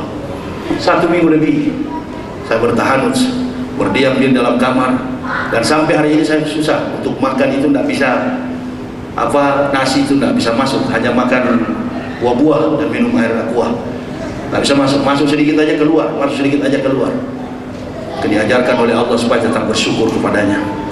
Jadi saya datang ini memang dalam kondisi yang tidak sehat. Dari pagi saya sudah tidak sehat, tapi tetap saja saya paksakan untuk hadir. Kenapa? Karena ini momen yang sangat penting. Ibu bapak bayangkan saja, sedangkan dalam kondisi yang kurang fit begini kencang, apalagi kalau fit memang benar-benar fit. Sampai Yesus punya ruh di sebelah gereja itu angkat-angkat nanti. Memang itu Yesus itu jadi perdebatan sengit di mana-mana. Kasihan orang Kristen itu, capek bawa Alkitab kemana-mana. Tadi lewat beberapa orang di sini, orang kaya, masya Allah. Bu, rok pendek sampai sini Bu. Itu kalau di Manado, pendeta-pendeta paling suka itu. Makanya pendeta nggak larang, biar pakai baju seksi, pakai you can see, pendeta nggak larang. Karena pendeta asik cuci mata dia. Kristus sangat mengasihi kamu. Tapi saya memang 16 tahun di Irian Jaya, mau lihat apa? Arang semua di bawah. Memang payah saya. Apalagi di Jakarta sini, masya Allah, duduk dalam bangku gereja itu secara estetika nggak peduli, laki-laki perempuan gabung di dalam. Coba kalau masjid, ikhwan, laki-laki perempuan pisah. Tapi kalau di gereja enggak. Orang Manado bilang mau dibaku gosok kepala di situ. Iya toh? Bahasa Manado. Duduk dalam gereja, satu rok pendek, satu suami orang. Wah, enggak apa-apa.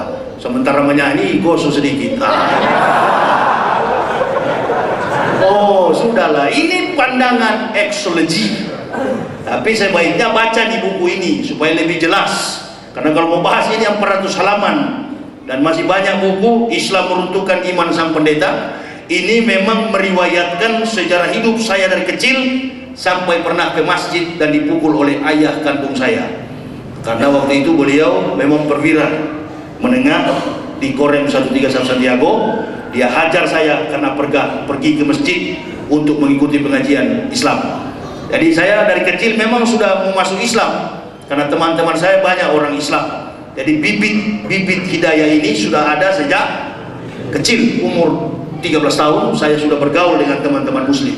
Ibu saya, kakak saya seorang pendeta. Saya tanya sama ibu saya, "Ma, kalau kita orang Kristen benar, kenapa pendeta pakai jas? Yesus pakai baju seperti orang Islam." Karena di gambar-gambar buku-buku Kristen kan Yesus tidak pakai jas, Pak Sudiono ya. Dia pakai gamis.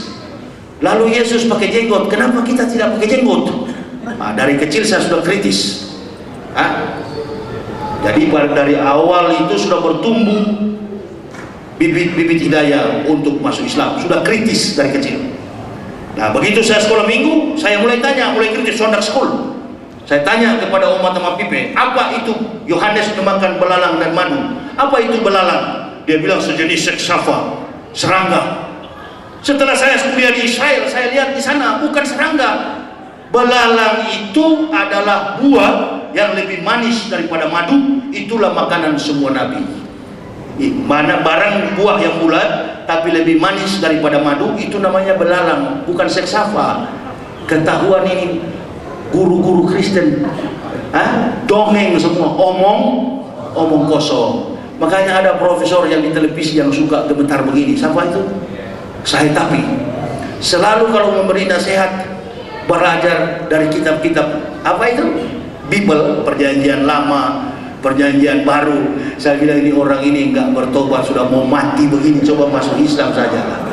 Jangan percaya, kita enggak butuh intelektual, yang kita butuh adalah keselamatan jiwa. Mau jadi pintar, jadi profesor gampang, tinggal belajar, baca buku, jadi profesor. Tapi untuk mendapatkan hidayah itu tidaklah mudah.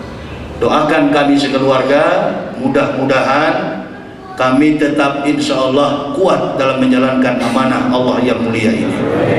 Saya, istri, anak ini datang dengan anak istri, yang lainnya tidak ikut Pak Haji.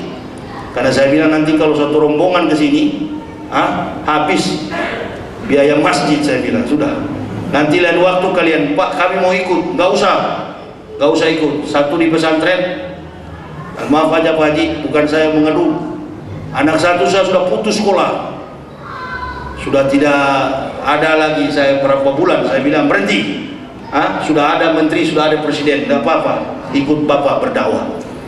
Putus sekolah bukan putus karena dia tidak mampu, bukan. Memang saya suruh berhenti karena sudah jujur saya bukan mengeluh. Ini memang kesempatan, siapa lagi yang bantu saya? Momen yang sangat besar begini, jamaah, insya Allah. Saya bilang karena sudah tidak ada biaya, saya tidak kuat lagi. Beda dengan dulu. Jadi kau berhenti dulu. Nanti kalau pasang kuda-kuda, kalau buku ini malam laku, baru kau sekolah lagi besok. Insya Allah dia bilang, iya Pak, iya, amin amin. Saya mau ikut, nggak usah ikut, tinggal aja di rumah. Yang laki-laki kemarin itu sudah saya suruh berhenti. Daripada ditagi-tagi terus, nggak apa-apa saya bilang. Yang penting kita tetap Islam, biar buta huruf, yang penting Islam, nggak apa-apa, nggak penting dengan pendidikan, yang penting bertakwa. Banyak orang-orang pintar akhirnya di penjara juga. Yang penting kita bertakwa, berakhlakul karimah. Jadi saya kira saya datang hari ini, mohon maaf memang dalam kondisi yang kurang fit. Saya sudah bilang sama Pak Haji, saya kurang sehat Pak Haji. Saya paksakan dari sholat subuh tadi sampai khatib Jumat, saya datang ke masjid-masjid minta kekuatan kepada Allah, ya. Dan kami sekeluarga datang ini memang dalam beban yang cukup berat kami hadapi. Bahkan saya bilang sama istri saya, ya kalaupun dalam sampai tempo bulan ini, sampai bulan Juni kita memang sudah tidak ada ini, kita ancang-ancang kita kembali, ya kalau ke Manado nggak bisa, kita tinggal di Makassar. Untuk lebih jelasnya saya kasih tahu kepada jemaah.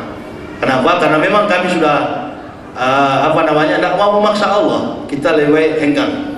Karena Rasulullah mungkin mengajarkan kepada kita dalam hadisnya, kalau tidak mampu di tempat, hijrah ke tempat lain. Kita mau bertahan, kita lihat situasi.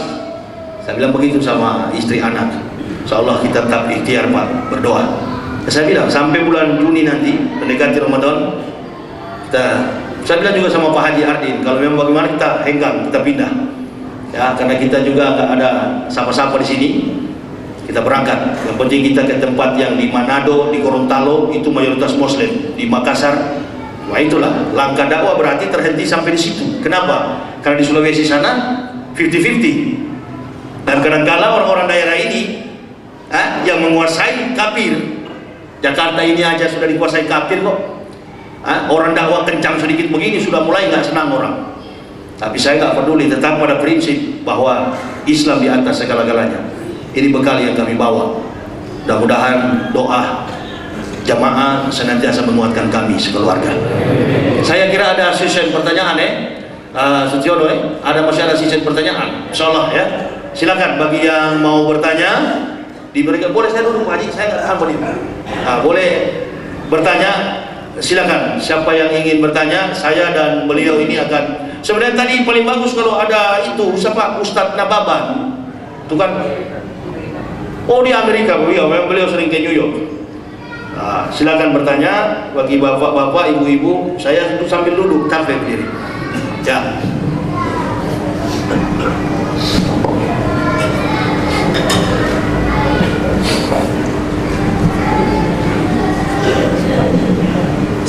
Bismillahirrahmanirrahim. Assalamualaikum warahmatullahi wabarakatuh. Waalaikumsalam warahmatullahi wabarakatuh. Pertanyaannya begini Ustaz. Apa yang melatar belakangi Ustaz bisa kembali ke agama fitrah ini?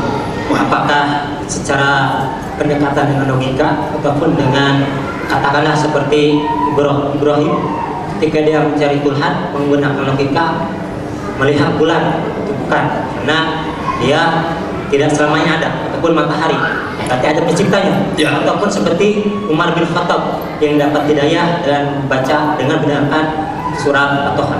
Ya, bagus. Kalau buka di internet itu pengalaman saya, memang saya sempat berjumpa dengan penjual ikan dan saya 3 kali berdialog dengan beliau, itu saya kalah. Dari lawan debat saya berdialog itu adalah penjual ikan, tapi setelah saya disunat dicari beliau itu nggak ketemu sampai hari ini. Jadi pengalaman spiritual tentu ada, tidak hanya sekedar, memang paling 80% saya mendapatkan Islam itu dari pandangan akademik. Karena saya seorang akademik, jadi tentu apalagi di abad 21 begini, kalau kita bilang masuk Islam karena mimpi, wah nanti besok lagi ada yang murtad dari masjid ngaku di gereja. Saya juga umpamanya kita masuk Islam, waktu itu saya mimpi ketemu Nabi Muhammad, orangnya kekar, jenggotnya panjang. Nah besok juga ada yang murtad dari masjid Bintaro, dia bilang ke pendeta, saya juga masuk Kristen karena ketemu Yesus, jenggotnya juga panjang. Jadi bukan mimpi saya, 80% saya lebih memandang kepada excellency tadi. Dan yang kedua, kitab Kristen itu sudah banyak saya tahu. Memang itu kan buatan pendeta semua, tulisan tangan pendeta yang kosong-kosong, ayat-ayat yang tidak benar itu pendeta yang buat semua. Jadi bukan firman dari Allah, bukan. Nah, yang paling sangat mengejutkan itu ketika saya di dalam satu kebaktian Kristen pulang ke rumah, saya bermimpi subuhnya itu di dalam rumah saya itu ada kapal besar dan airnya jernih sebatas mata kaki saya. Saya cerita kepada pendeta Tirson, teman saya, pendeta, tadi malam saya bermimpi ada bahtera besar sekali di dalam rumah ini dan orang-orang di situ seperti orang-orang Islam. Wah, dia bilang mimpi bagus itu. Nah, lalu dia bilang apa lagi? Saya bilang di bahtera itu tertulis alif wal ya. Dia bilang berarti mimpi setan itu karena sudah mau arah ke Islam, jadi sudah berubah lagi. Wah, nggak dasar kafir. Berarti tidak bagus itu. Dia tidak tahu bahwa selama dari Papua sana, saya sudah demen dengan Islam. Saya sudah tahu Islam ini dari Israel dari tahun 1998. Nah, ketika pulang 8 tahun itu diam-diam dalam kamar sering baca-baca Al-Quran. Jadi saya sudah baca hatam berapa kali itu Al-Quran itu, dari suratul Fatihah sampai Quran surah An-Nur. Itu sudah saya baca, surah An-Nas, sudah saya baca semua ayat-ayat itu secara translate tentunya, terjemahnya saya baca dan saya membandingkan apakah sama dengan Bible yang selalu dirubah. Nah, ternyata tidak, Al-Quran itu tidak berubah setitik pun. itu saya mulai yakin dengan Islam. Nah, satu ketika saya ajak istri saya tahun 98, 99, yuk kita masuk Islam. Kalau masuk Islam nanti tinggal di mana, makan apa, sekolah di mana ini anak-anak, begitu. Wajarlah karena masih manusia biasa, masih takut. Begitu Allah memberikan hidayah, alhamdulillah. Kami sekeluarga di tahun 2006. Saya kan sempat ke Balikpapan, sempat ke Kalimantan, itu Pak Haji bukan tugas. Memang saya itu menghindar untuk rencana mau masuk Islam, karena saya sudah tahu kalau saya masuk Islam di Papua pasti pelabuhan dan bandara itu diblokir. Kalau sudah diblokir berarti sudahlah, kalau saya mati nggak apa-apa, tapi saya bawa anak 3 orang pasti semuanya dipanah itu, ditombak, disalib dalam keadaan hidup-hidup itu. Jadi saya lari ke Kalimantan. Di Kalimantan saya lihat 50-50, Dayak juga banyak. Saya sempat mengajar jadi dosen filsafat di Uniba. Uniba itu konsentrasinya bukan teologi ya. Uniba itu konsentrasinya ekonomi. Jadi bukan fakultas teologi, bukan. Nah, kalaupun saya ketua STT itu artinya Sekolah Tinggi Teologi Calvinis. Karena Protestan, Pak Sutiono, Ustaz, Protestan itu dan Katolik beda. Kalau Katolik lain lagi, ya, lain, beda. Saya Protestan. Nah, yang masuk Islam ini kebanyakan orang-orang Protestan, karena orang-orang keras dan kritis, pengikut Martin Luther, orang Jerman. Nah, jadi kami ke Palu juga sama banyak, Toli-Toli. Saya ke Toli-Toli. Nah, di Toli-Toli itu dinobatkan untuk menjadi ketua sinode. Ketua sinode itu artinya pemimpin pendeta se-Sulawesi, saya Kabupaten Toli-Toli. Begitu saya terpilih, besoknya saya masuk Islam. Masya Allah, 3 orang pendeta bunuh diri. Ya, bunuh diri. Satu di Manado itu, Willy Loloang, Profesor Dr. Willy Loloang, karena saya masuk Islam.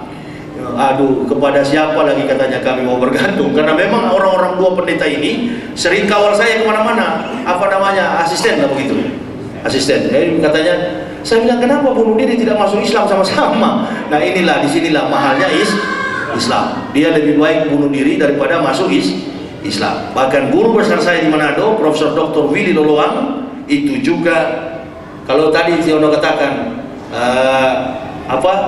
kita tidak percaya argumen Paulus dalam Perjanjian Baru, Profesor dosen BB saya juga begitu. Konsentrasi Calvinis itu Perjanjian Lama.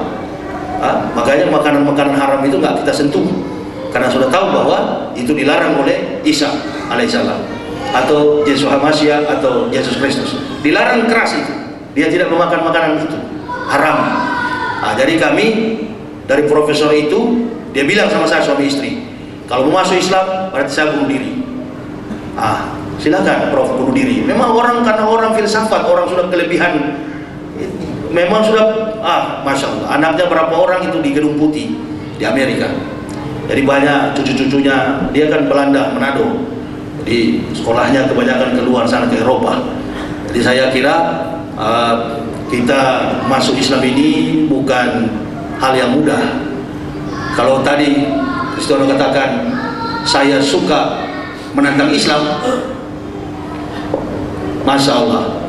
Kenapa saya keras begini? Memang saya manusia yang ketika jadi pendeta yang paling anti terhadap Islam. Udah, Allah sudah tentukan saya untuk. Kalau saya baca buku tentang Umar bin Khattab, sama dengan kehidupan saya waktu masih kafir, masih Kristen. Maka saya masuk Islam ini bukannya apa? Saya bukan tidak mau bergabung dengan organisasi Islam manapun. Memang nggak mau. Jangan dipaksa. Biar saja saya berjuang. Karena saya juga kan bukan masuk Islam mau jadi ustadz, bukan. Saya masuk Islam untuk supaya selamat masuk surga. Cuma karena ada modal dari kafir memang jago bicara. Pendeta kan sekolah itu homiletika, ilmu berkata-kata. Karena dia sekolah ilmu berkhotbah, jadi ada modal sedikit. Tinggal ditambah yang putar balik, yang bohong-bohong lepas.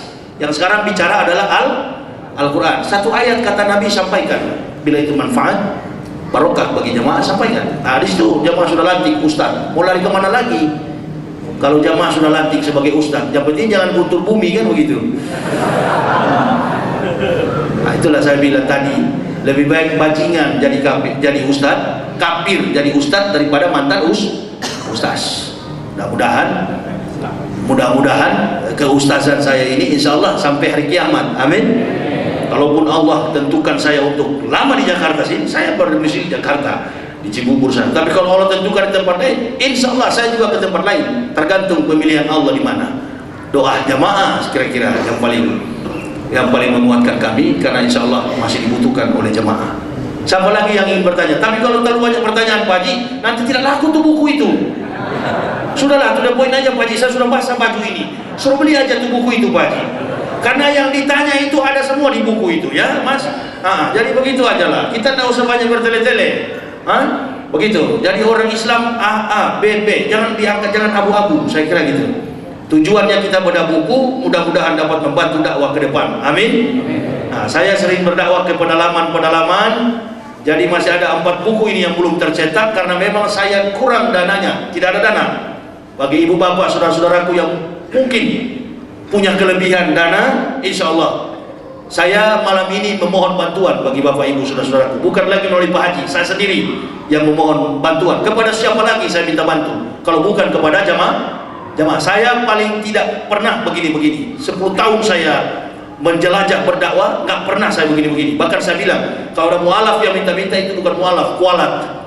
Tapi sekarang ini demi tegaknya dakwah, bukan untuk saya dan keluarga, demi tercetaknya buku-buku ini, karena memang banyak dibutuhkan jamaah. Di Batam kemarin saya ke Kalimantan, gak ada buku saya bawa. Jadi saya minta kepada jamaah yang berkelebihan, kalau enggak jangan dipaksa, yang punya kemampuan kelebihan harta, insya Allah saya mohon bantuan untuk mencetak ke-4 judul buku ini. Saya kira itu yang bisa saya sampaikan. Nah, saya juga harus bergegas pulang karena masih kurang sehat kondisi saya. Mohon doa dari jamaah dan kita tutup pengajian ini ya Pak Haji.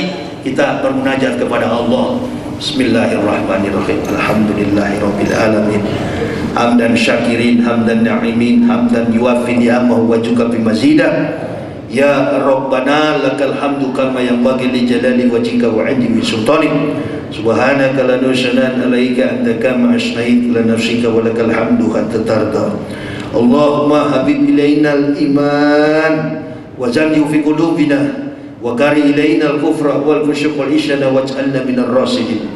Allahumma tawaffana muslimina wal hikna bisalih ghayra hazzaya wal mabtudin. Allahumma ij'alna muflihin. Allahumma aftah fala qulubina bi dzikrika wa admim alaina nikmat wa asbik alaina min fadlik waj'alna min ibadika sholihin. Rabbana taqabbal minna innaka antas samiul alim wa tub alaina innaka antat tawwabur rahim. Wassalatu wassalamu ala asrafil anbiya'i wal mursalin sayyidina Muhammadin wa ala alihi wa sahbihi ajmain. Subhana rabbika rabbil izzati amma yasifun wa salamun alal mursalin walhamdulillahi rabbil alamin. Allah abadu antum fil jannah. Assalamualaikum warahmatullahi wabarakatuh.